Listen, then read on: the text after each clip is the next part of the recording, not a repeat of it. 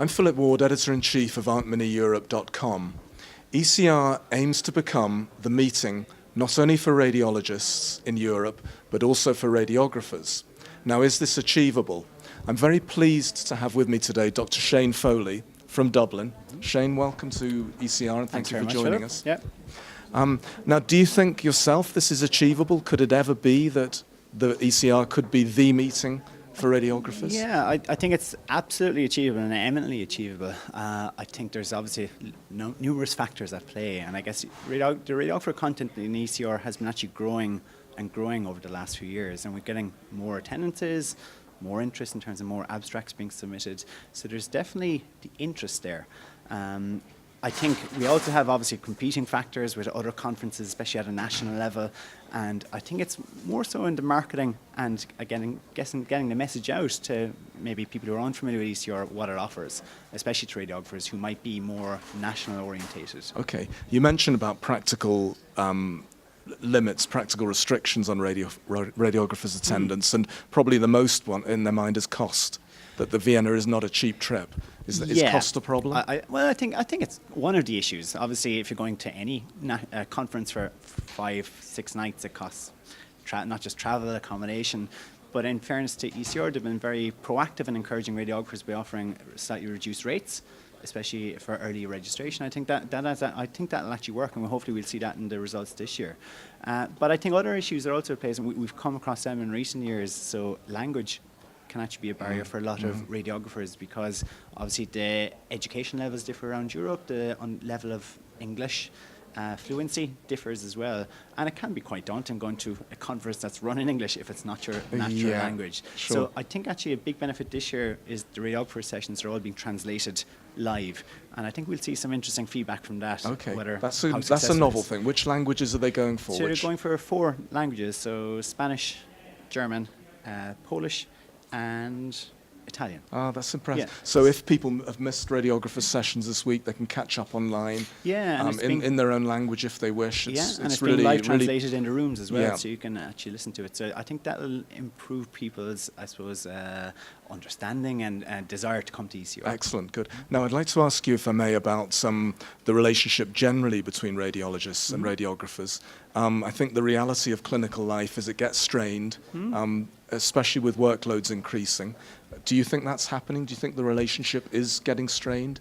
I think it's a natural consequence, really, of I think people working with less resources, less time, and expected to do more. So I think relationships being strained are probably generic across the board. Wouldn't be just specifically between radiographers and radiologists. I'd say it'd be as much between radiographers and themselves and radiologists themselves, because that brings pressures, stresses, and people are, I guess, trying to get as much done as they can. So I wouldn't say it's particular to those 2 professions, but it is quite evident, and I think people are very aware of the pressures they're under now to get more work done. Okay. Now, what do you do in Dublin to reduce those pressures, to improve collaboration, and to what sort of practical measures do you have? Yeah, like I guess as I guess both all healthcare workers within the imaging department, we work hand in hand every day, and you think, why would there be issues when we work so close? But I think sometimes we tend to, as professionals, maybe build our own boundaries and maybe slightly keep it apart. But one useful thing we do in Dublin actually is in the university, in first year, when we combine first year medical students and first year radiographers together to work collaboratively on projects. Excellent. The whole idea being is you'll always work as a group when you're qualified, so it's important to understand other people's perspectives, not just be in your own group where you might get a bit of group think and just listening and hearing. Is that a new initiative, or is that something you've done for many years? It's been happening for 6-7 years now, maybe slightly longer, but it is quite good just to get the groups mixing a bit more and just understanding each other. So. Now, you mentioned about the boundaries between the professions, and role extension for radiographers are wiping away those boundaries. Do you think role extension is a good thing?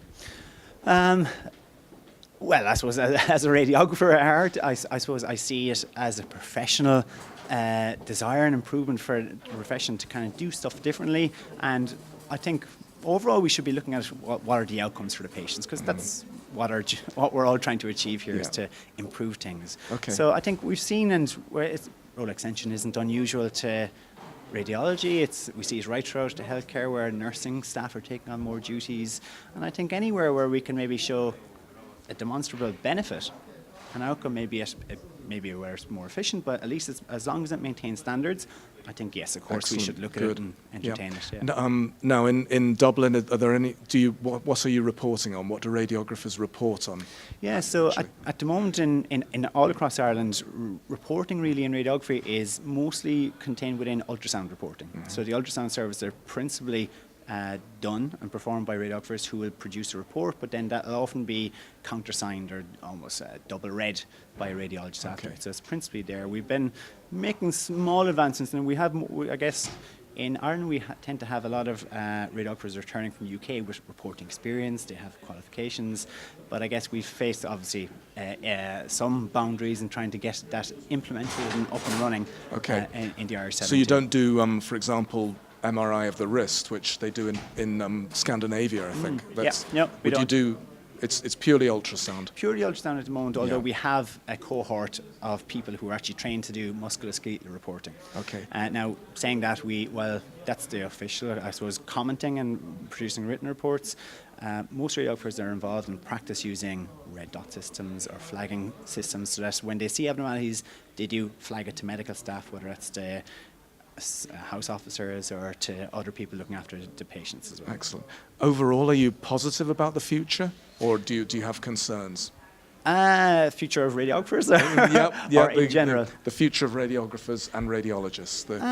I'd be actually quite positive. Yeah. Really, because I think in recent years we've been working more and more together. Yeah. In particular at a European level.